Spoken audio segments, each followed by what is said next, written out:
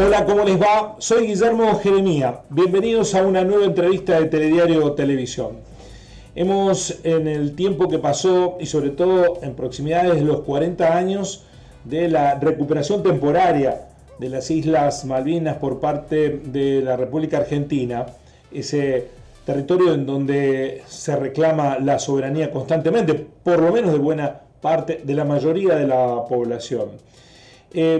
Hemos prometido volver sobre estas historias que nos han transcurrido hace 4 décadas, porque si uno deja correr la línea del tiempo, hace 40 años, por estas horas, en estas fechas, comenzaba a construirse el escenario bélico, la guerra misma, que iba a tener un increciendo de crueldad y dolor que finalizaría en los últimos días de la guerra del 14 de junio, pero que continúa en el tiempo hasta nuestros días con las penas y los olvidos que hemos padecido en estos 40 años.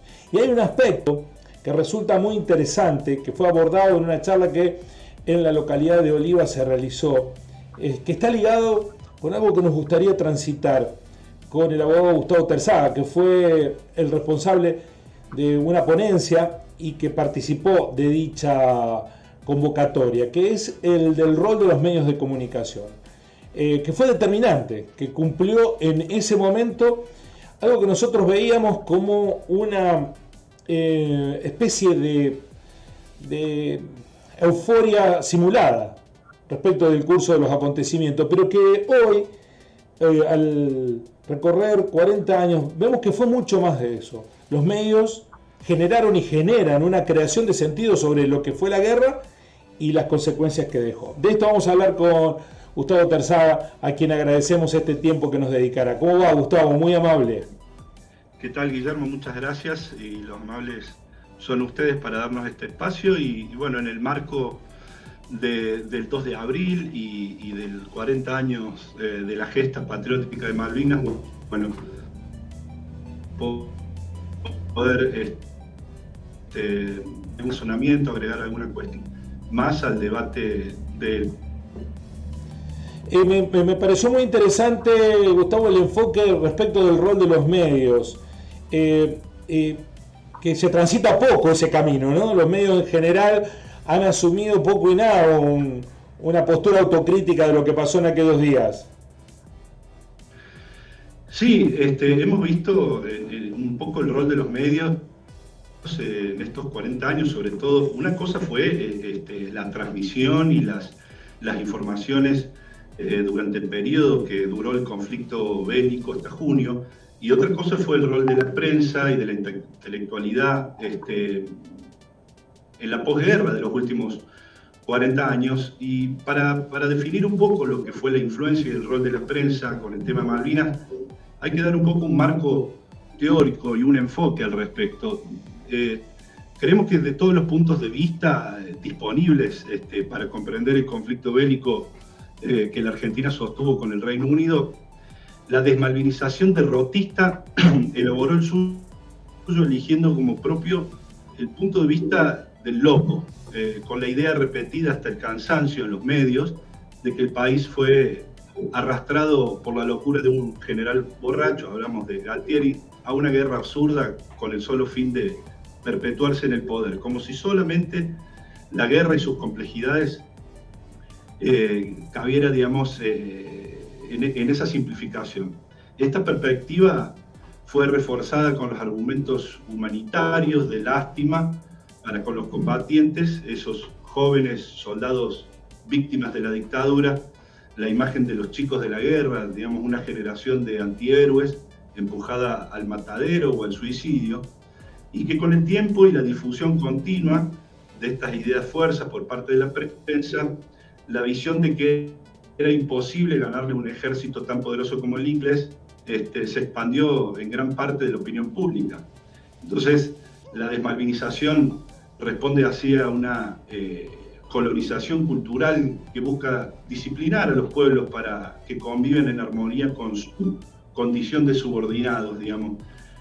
Nada heroico resultó de nuestra participación en la guerra de Malvinas frente a un imperio británico que ocupa nuestras tierras ilegítimamente, digamos.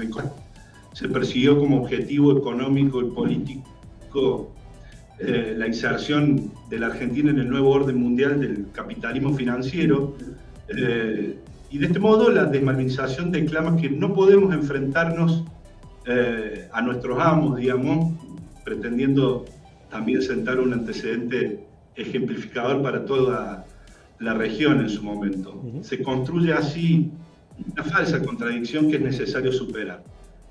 Los combatientes han sido víctimas versus sus represores, sin intentar desconocer los crímenes y abusos cometidos por los oficiales contra sus propios combatientes, que eso es que hay que juzgarlo, censurarlo y buscar siempre la memoria, la verdad y la justicia, pero frente a la contradicción principal que nos atraviesa desde la constitución de nuestra patria, digamos, nación, semicolonia versus el imperialismo y sus clases nativas aliadas, digamos.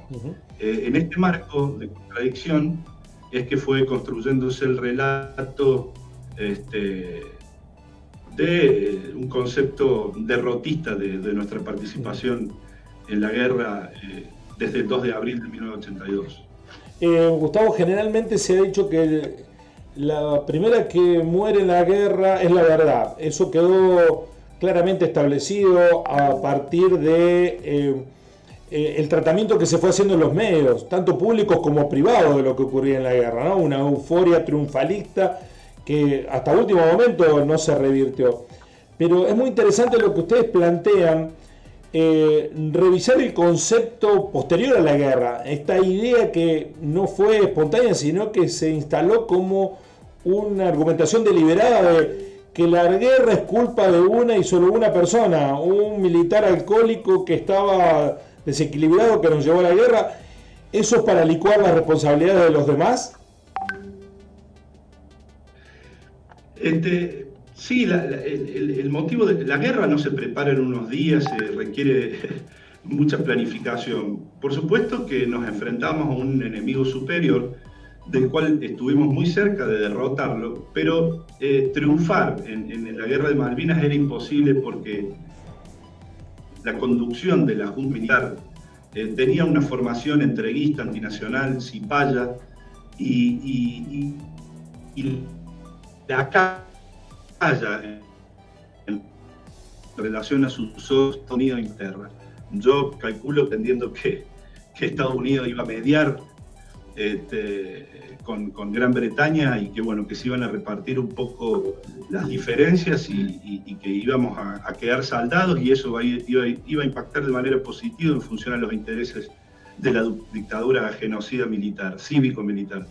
Pero no fue así, digamos, hicieron un mal cálculo. Estados Unidos no medió a favor y, por supuesto, se acompañó a su aliado histórico de la OTAN, que fue Gran Bretaña. Pero inmediatamente cuando nosotros, el pueblo argentino, supo a quién nos enfrentábamos, digamos, cuando quedó claro quién era el enemigo y con quién se estaba peleando, fue el propio pueblo argentino quien llenó la Plaza de Mayo para sostener la causa que se desataba en Malvinas, digamos, con la convicción de que era una causa justa y que el deber de ciudadano era cerrar filas para lograr el triunfo de nuestras armas contra el Imperio Británico, puesto que ello significaba un triunfo patriótico. Quizá el pronunciamiento más lúcido que hay, y en términos, bueno, vemos, fue muy reflejado en la prensa, en ese sentido ha sido el comunicado de la CGT, en su momento de Saúl Lugandini, que luego de haberse movilizado contra el gobierno el 30 de marzo de 1982 y de recibir una de las represiones más violentas y feroces de aquel entonces por parte de la dictadura militar, volvió a manifestarse el 3 de abril, esta vez exigiendo el respeto simultáneo a la soberanía nacional en Malvinas y a la soberanía popular en todo el continente. Esas expresiones abrieron un espacio impensado para la política, ¿no? Fue un momento de lucidez y de autoconciencia popular muy importante, y gracias a aquel aluvión popular supo conquistar para sí todo el espacio público disponible. En otra medida, vemos que la gesta de Malvinas tuvo que ver tal vez con el pico más alto de unidad latinoamericana, y que la convocatoria que reincorporó los cuarteles a la clase 62, los jóvenes guerreros de 20 años, que ya había sido dado de baja de su conscripción, digamos, por ejemplo, no se registró la deserción de ninguno de sus integrantes en todo el país. Digamos, esta situación pone en tela de juicio el mecánico concepto de que los llevaron obligados y a la fuerza. Se presentaron todos los soldados conscriptos sin excepciones, incluso antes de haber recibido el telegrama. Y otro dato que es contundente y bastante sensible es que en las cárceles de la dictadura fueron los grupos de presos políticos los que decidieron ofrecerse para combatir junto a los soldados argentinos. Y no es que hayan pretendido favorecer a sus represores, sino que distinguieron que la causa Malvinas era una causa antiimperialista. La presentación espontánea de voluntarios para combatir no solo se dio aquí en el país, en todas las provincias, también se dio en las embajadas de Perú, de Panamá, de Cuba, de Venezuela. Yo recuerdo un artículo en los periódicos de la época que decía que unos 25.000 voluntarios bolivianos se habían presentado en la embajada, digamos. Vemos también claramente el rol que tuvo Perú al prestar armamentos, bueno, etc. Entonces,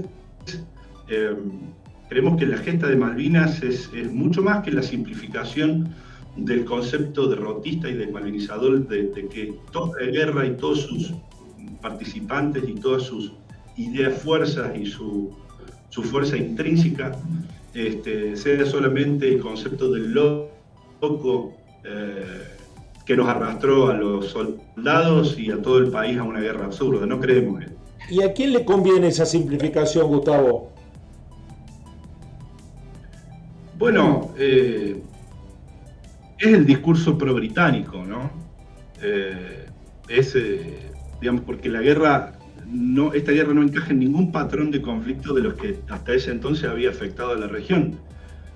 No responde a ningún tipo de conflicto este-oeste, pero tampoco, dadas las características del régimen autoritario argentino, se inscribía en un tipo de conflicto norte-sur, digamos. Entonces, creo que el dispositivo desmalvinizador tiende a quitar el orgullo y las categorías y las ideas fuerzas de causa justa, noble, que integran la gesta de Malvinas, para tener un enfoque derrotista y donde se hace mucho hincapié sobre lo accesorio. El discurso desmalvinizador hace enfoque sobre la desgracia, los chicos de la guerra, los chicos del norte, la juventud, la no preparación, la trinchera, el frío, la desazón, la tristeza. Y bueno, y la verdadera gesta, por eso al discurso desmalvinizador le cuesta la interpretación en clave nacional y no utiliza palabras como gesta, como conciencia nacional, como combate antiimperialista, como unidad de la patria grande, como América, como la geopolítica, como el invasor. Porque las ideas fuerzas que integran estos conceptos atentan con la posibilidad de tener un discurso denigrante y de antihéroes y pobrecitos, digamos. Yo lo decíamos un poco esta mañana, muchas cosas se le pueden criticar a Estados Unidos, pero son bastante nacionalistas. Si la historia de nuestros combatientes, de los aviadores, esta mañana hablábamos de Carvalho, hubiesen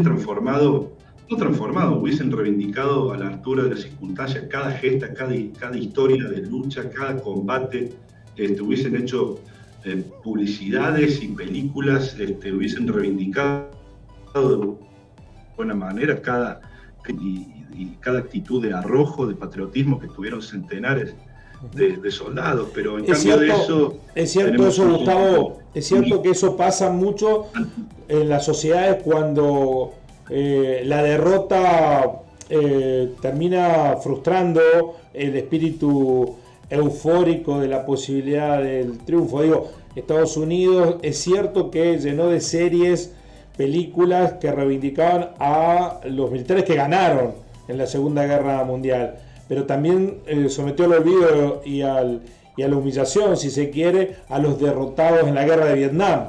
¿Es propio de la naturaleza humana esto?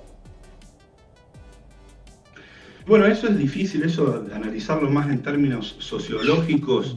Yo creo que hay que describirlo más en términos políticos. Hubo un concepto de que en la posguerra había que alejar la causa de Malvinas del cariño del pueblo y quitar a los militares para un poco confirmar el reaseguro de la democracia y la constitucionalidad y de las instituciones. Y eso entonces hoy tenemos tal vez un antimilitarismo abstracto y desconocemos que ningún país se realiza y se autodetermina más allá de un desarrollo industrial y de autonomía económica y de soberanía política, se sostiene, dadas las condiciones geopolíticas de un mundo cada vez más incierto y peligroso, no se sostiene sin la defensa de la custodia de nuestra soberanía en la función integral de una política de defensa y de un vínculo legítimo integrado a un proyecto nacional entre las Fuerzas Armadas y su pueblo. De esta manera, Malvinas es una causa que tal vez, bueno, sí, iniciada unilateral inconsultamente, se convirtió en una causa nacional latinoamericana, quizás la primera causa nacional latinoamericana, la única capaz de encolumnar al conjunto de nuestros pueblos y nuestros países en un enemigo claro, un enemigo transatlántico, un enemigo que ha sido el tradicional enemigo de nuestro continente y el causante de nuestra balcanización y de nuestras divisiones. Lo pucha, no es motivo menor haberlos enfrentado y haberles causado mucho daño y yo no tengo duda, pero un poco, no por una cuestión, un razonamiento voluntarista, sino por haber investigado un poco la dinámica de la guerra, y si no hubiesen contado con el apoyo de los socios de la OTAN, de Estados Unidos, Inglaterra se volvía vencida a su país. Gustavo, en el trabajo que ustedes vienen desarrollando, ¿han encontrado un puente de conexión entre lo que ocurrió con el Ara San Juan y la Guerra de Malvinas?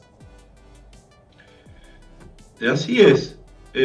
Nosotros, cuando empezamos a desarrollar el homenaje al Ara San Juan, que no quisimos, cuando eso ocurrió, no quisimos caer en el silencio y la indiferencia social al respecto de lo que allí había ocurrido, y empezamos a desarrollar en una gestión mancomunada con los organismos de derechos humanos, con la Universidad Nacional de Río Cuarto, con el Ejecutivo Municipal, con el Consejo Deliberante y con un montón de agrupaciones de base y de instituciones de todo el arco social, cultural, político de Río Cuarto, la traza de la posibilidad de dar con un mojón. Y bueno, pudimos inaugurar en el Paseo Cultural del Andino ese majestuoso mural que realizaron y emplazaron. En su momento era el grupo de mosaico artístico del Departamento de Arte y Cultura de la Universidad Nacional de Río Cuarto, hoy es el grupo Enjambre. Y a partir de allí pudimos homenajear a nuestros héroes cada 15 de noviembre. Y a partir de allí desdoblar una segunda instancia, una segunda etapa que tiene que ver con el desarrollo educativo y pedagógico integral del proyecto, y eso nos llevó a las escuelas. Fuimos hasta que la pandemia lo permitió, fuimos a una cantidad de turnos en privada, pública, primario, secundario, y fuimos con lo de guerra de Malvinas, y es el único submarinista que entró en combate en el conflicto bélico con Gran Bretaña en 1982 a bordo del submarino Ara Santa Fe. Él es maquinista, y bueno, por supuesto triangulamos entre los conceptos del lenguaje artístico y lo simbólico y la apelación espiritual que tiene homenajear a nuestros héroes muertos en la tarea patriótica de defensa de la custodia de nuestra soberanía marítima en el Atlántico Sur, y también lo hicimos con la agrupación Veteranos de Guerra de Malvinas Operativo Virgen del Rosario, Entonces tuvo que ver el tema del Ara San Juan con la conciencia marítima, con el Atlántico Sur, con nuestros recursos naturales, con nuestra defensa, con nuestra soberanía nacional y por supuesto con todos los aspectos y las complejidades que a la hora de encarar el tema de la guerra de Malvinas, ¿no? Que siempre estuvo presente en el desarrollo del trabajo del tema del Ara San Juan en Río Muerto, claro que sí. Bueno, de hecho había versiones también que el Ara San Juan, una de las hipótesis que todavía no está resuelto qué pasó básicamente con el Ara San Juan, estaba ligada con la posibilidad de que haya entrado en una zona de vigilancia militar británica y que haya sufrido las consecuencias de eso. Hay un punto de contacto entre la historia de Malvinas y lo que pudo haber ocurrido con el Ara San Juan. Sí, esas son hipótesis que nosotros desde el llano, ciudadanos mortales, tal vez nunca accedamos a ciertas informaciones, y más cuando hubo un entrever, un trastoque, una gran confusión y una intencionalidad clarísima del gobierno anterior de Mauricio Macri de llevar a la confusión respecto a las informaciones y al trato de los familiares. Entonces es difícil acceder a una hipótesis concreta, pero bueno, sí, algo de eso hay. El submarino estaba navegando en una misión en el cono de protección inglesa de Malvinas y bueno, lo hundieron, se hundió. Ojalá podamos encontrar la verdad al respecto de lo que allí sucedió. Lo que nosotros hicimos al tomar la posta y hacer un acto de justicia con respecto al homenaje a nuestros 44 submarinistas fue tenderle un abrazo a los familiares, no dejarlos solos, y poner en valor a través de algunos foros legítimos que nos fuimos construyendo algunas categorías, el tema del homenaje, lo que significan nuestros héroes. Nosotros cuando vamos a los colegios, yo personalmente, y pido disculpas por ser autorreferencial, inicio la charla diciendo que en el año 1991 yo cursé el primario en el normal, justo José de Urquiza, y la señorita Ketty nos dijo, ustedes andan con los héroes, con el Hombre Araña, con Superman, con Batman, y está muy bien, pero tienen héroes de carne y hueso y son sus vecinos y son los héroes de Malvinas. A partir de allí, en un aspecto claramente emocional y espiritual, bueno, eso me conmovió. Nosotros intentamos, en términos pedagógicos y en términos interdisciplinarios en la comunidad educativa, llevar un mensaje de reivindicación de nuestros héroes, de lo que significa la vocación de los jóvenes que se enrolan y se alistan y respetan las disciplinas, las jerarquías y el sometimiento a misiones al riesgo y al peligro. Y bueno, y eso tiene que ver con la vocación y el amor por la patria, ¿no? Entonces, estamos en esta tarea, claro que tiene que ver el tema del Ara San Juan, nuestros héroes, la conciencia víctima y por supuesto el tema de Malvinas, que claramente, si nos hacemos una pregunta, ¿qué hace Gran Bretaña en nuestras Islas Malvinas, siendo que aquí algunos expresidentes o algunos funcionarios políticos e intelectuales dicen que simplemente son unas islas de pura turba, piedra, donde no crece nada allí? Bueno, habría que preguntarse qué hace Inglaterra invirtiendo parte de su presupuesto en armamento tecnológico y en consolidar las bases. Y esto tiene que ver con los recursos naturales, tiene que ver con la geopolítica, tiene que ver con la proyección antártica, con el paso bioceánico, con los recursos naturales nuestros, con la Patagonia, con los acuaríferos, etc.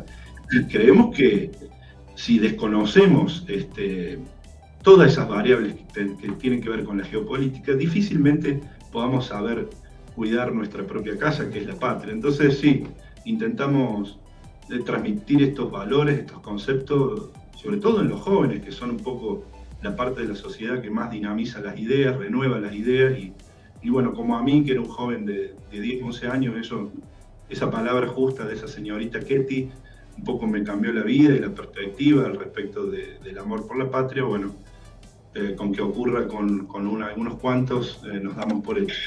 Y a propósito de eso, es muy interesante, para ir finalizando la charla, Gustavo, este aire nuevamente malvinizador que obviamente el número redondo de la década, los 40 años, se instala, pero que pareciera en esta situación llevamos de la mano a generar una conciencia distinta, lo perciben así. De hecho hay una serie de acciones emprendidas que buscan consolidar esa relectura de Malvinas. Así es, por supuesto, como decía Borges, los argentinos tenemos una pasión muy especial por el sistema sexagesimal numérico y digamos los números redondos. Bueno, por supuesto que no es lo mismo 39 años o 41 años. Los 40 años engloba, es un número redondo que despierta una singular energía y un singular tratamiento a la causa y al tema Malvinas. Y por supuesto que notamos un aire más nacional. Nosotros estuvimos hace menos de 10 días participando en un congreso Voces de Malvinas, que se llevó a cabo en la Universidad Nacional de Lanús, en el conurbano bonaerense. Tuvimos la oportunidad de socializar en un ámbito académico nuestros trabajos particularmente desde Río Cuarto, que es una ciudad en una provincia mediterránea, alejada de las zonas costeras, donde tal vez no hay tanta conciencia marítima como puede haber en las zonas de la costa. Fuimos a presentar el trabajo Malvinas Ara San Juan y la Defensa Nacional. Y nos dimos con que hay toda una universidad malvinera, y lo hicieron a ese trabajo. Ese congreso tuvo mucha clave federal, había presencia de distintas agrupaciones, organizaciones, investigadores, artistas y veteranos de guerra de todas las provincias. Y nosotros a fin de año del año pasado presentamos un proyecto en la Universidad Nacional de Río Cuarto, proyecto Voces de Malvinas, que tiende a un diálogo frontal entre la Universidad Lanús y la de Río Cuarto para hacer un registro audiovisual de entrevistas a todos los veteranos de guerra de Malvinas de Río Cuarto y la zona, para componer un reservorio de entrevistas crudas, porque creemos que son ellos los partícipes de la historia reciente y son ellos los que tienen que dar su vivencia, digamos. Consideramos que la sociedad argentina en su conjunto no experimentó la guerra de la misma forma. Esto se debe en gran parte a que el recordar y el olvidar es singular y propio de cada persona, pero para comprenderlo se necesita tematizar un poco, y es lo que estamos haciendo, y a través de las distintas experiencias, el sentido colectivo que tomó la guerra y cómo se ha ido resignificando en el tiempo. Esto es un poco lo que está pasando en el periodo de los 40 años de la guerra. En esto es importante tener en cuenta que la memoria, además de ser selectiva, es una reconstrucción del pasado, y cada persona tiene sus propios recuerdos que definen su identidad. Las memorias son individuales, pero están enmarcadas socialmente, y por esta razón es importante considerar que no todos los veteranos hicieron la misma reconstrucción del mismo acontecimiento, ¿no? Desde aquí se parte entonces para entender la guerra, desde las memorias de los veteranos de Malvinas, de la ciudad de Río Cuarto y de todo el país, teniendo en cuenta que la narración del pasado ofrecida por ellos será siempre su verdad, la parte del pasado depositada por ellos, ofrecida por ellos, la cual está en permanente transformación, y hay que rescatarla como registro fehaciente de la guerra y para poder abordarlo interdisciplinarmente. Así que en su momento podremos anunciarlo en la ciudad de Río Cuarto, pero tenemos un proyecto que creo que va a pegar un buen baño malvinizador a la ciudad de Río Cuarto, y por supuesto en estas cuestiones contamos con la lealtad del pueblo, que generalmente es el que tiene un mayor grado de autoconciencia al respecto de la causa Malvinas, mucho más que algunos sectores de la intelectualidad y el establishment de Argentina. Agradecido, Gustavo, de esta acción y de lo que seguramente van a conseguir, porque además hay muchas cosas que todavía no se contaron de Malvinas, ¿no? Algunas con natural lógica, porque para los propios veteranos de la guerra les ha resultado muy difícil ante la negación inicial poder abrirse, ¿no? Tardaron muchos años y están muy bien que estén en marcha esos registros. Gracias por ayudarnos a reentender la causa Malvinas en este tiempo, Gustavo. Gracias, Guillermo, y bueno, espero que haya sido útil y que haya servido un poco como disparador para debatir Malvinas, y pronto podremos anunciar una actividad el 30 de abril en la Biblioteca Popular Mariano Moreno, conjuntamente con la Comisión de Desarrollo Cultural Histórico Arturo Jauretche, donde podemos dar tratamiento de distintas ponencias, distintos ejes respecto a la guerra de Malvinas, y seguramente se va a producir un debate muy rico para la ciudad de Río Cuarto. Muchas gracias. Estaremos atentos a eso. Gracias, Gustavo. Muy amable. La necesidad de revisitar conceptos ligados con lo que ocurrió hace 40 años y también con la creación de sentido que posterior a la guerra se instaló muy fuertemente en nuestro país, desmalvinizando nuestra historia, algo que costó muchísimo, sobre todo a los veteranos de guerra, y que por suerte en el último tiempo de a poco está comenzando a removerse en una necesaria práctica de ejercicio de la historia nuestra, para que no vuelva a repetirse en conceptos de belicismo que nos pasaron de manera pendular desde la euforia al derrotismo, sin contemplar las acciones concretas que hicieron protagonistas a nuestros hombres y mujeres en las Islas Malvinas. De eso se trata. Nos encontramos en una próxima entrevista de Telediario Televisión. Gracias por estar ahí. Así son las cosas.